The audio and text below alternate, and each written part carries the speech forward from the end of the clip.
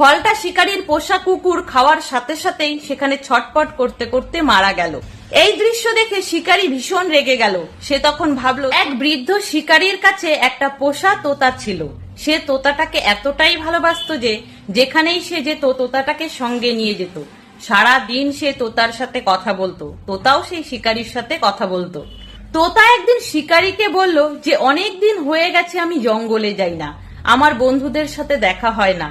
তুমি যদি অনুমতি দাও তাহলে আমি গিয়ে একবার আমার বন্ধুদের সাথে দেখা করে আসি, আর আসার সময় তোমার জন্য একটা দামি উপহার আমি নিয়ে আসব। বৃদ্ধ শিকারী কিছুক্ষণ ভেবে নিয়ে তোতার মাথায় হাত বুলাতে বুলাতে বলল, আচ্ছা ঠিক আছে, তুমি যাও, কিন্তু তাড়াতাড়ি ফিরে এসো। তোতা শিকারীর অনুমতি পেয়ে জঙ্গলের উদ্দেশ্যে বেরিয়ে পড়ল।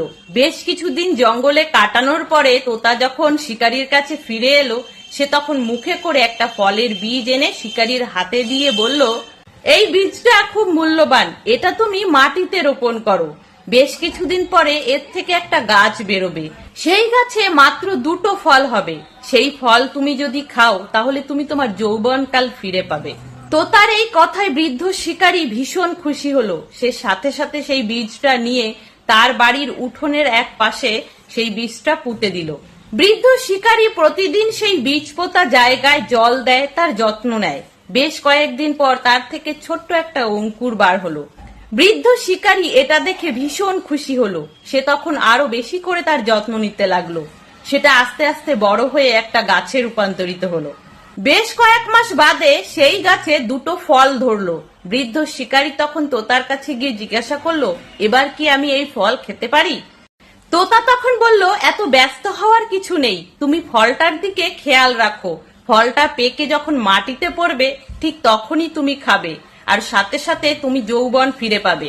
শিকারীর রাত্রের ঘুম চলে গেছে। দিনের খাওয়া দাওয়া নাওয়া ভুলে সে সারাক্ষণ সেই ফল দুটোর দিকেই খেয়াল রাখে, কখন ফল দুটো পাকবে আর মাটিতে পড়বে। বেশ কয়েকদিন পরে শিকারী দূর থেকে খেয়াল করলো গাছ থেকে একটা ফল গাছের গোড়ায় পড়লো।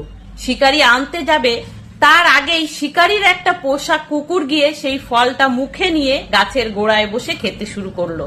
ফলটা শিকারীর পোষা কুকুর খাওয়ার সাথে সাথেই সেখানে ছটপট করতে করতে মারা গেল। এই দৃশ্য দেখে শিকারী ভীষণ রেগে গেল। সে তখন ভাবলো, তোতা আমাকে ধোঁকা দিচ্ছিল যাতে আমি বিষ ফল খেয়ে মারা যাই।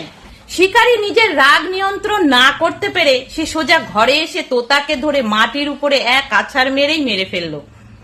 একটা ফল এখনো গাছে আছে, কিন্তু বৃদ্ধ শিকারী সেভাবে গাছের দিকে আর খেয়াল করে না। গাছটা দেখলেই তার যেন রাগ হয়। সে তখন একটা কুড়োল নিয়ে গাছটা কাটতে যায়। ঠিক তখন এই দ্বিতীয় ফলটা মাটিতে পড়ে, আর পাশ থেকে হেঁটে যাচ্ছিল একজন বৃদ্ধ ভিক্ষুক। সে তখন দৌড়ে এসে সেই ফলটা খায়। ফলটা খাওয়ার কিছুক্ষণের মধ্যেই সেই বৃদ্ধ ভিক্ষুকের ঝুঁকে যাওয়া কোমর সোজা হয়ে যায়। সে একজন যুবকে পরিণত হয়। বৃদ্ধ শিকারীর চোখের সামনে ঘটে যাওয়া এই ঘটনা দেখে শিকারী তখন অবাক হয়ে যায়। সে কিছুতেই বুঝতে পারল না যে একই ফল খেয়ে আমার কুকুরটা কেন মারা গেল। সে তখন গাছের চারিপাশ ভালো করে পরীক্ষা করতে লাগলো এবং দেখলো যে গাছের গোড়ায় ছোট্ট একটা গর্ত। শিকারী তখন সেই গর্তটা খুললো, দেখলো তার ভিতরে একটা বিষধর সাপ। শিকারী তখন বুঝতে পারলো যে তার পোষা কুকুরটা সেই ফল খেয়ে মারা যায়নি, সে কোনোভাবে এই সাপের কামড়ে মারা গেছে। বৃদ্ধ শিকারী তখন আফসোস করতে লাগলো তোতার জন্য, যে তোতা তার ভালোই চেয়েছিল, কিন্তু সে তোতাকে ভুল বুঝে তাকে প্রাণে মেরে ফেললো। এই গল্পের থেকে আমরা এটা বুঝতে পারি যে ক্রোধ এবং হঠকারিতায় নেওয়া কোনো সিদ্ধান্তের জন্য আমাদের সারা জীবন পস্তাতে হতে পারে। তাহলে বন্ধুরা, এই ছিল আজকের একটা ছোট্ট গল্প। যদি ভালো লাগে প্লিজ লাইক করে দিও, সাথে কমেন্টেও জানিও তোমাদের মতামত। সকলে ভালো থেকো, সুস্থ থেকো।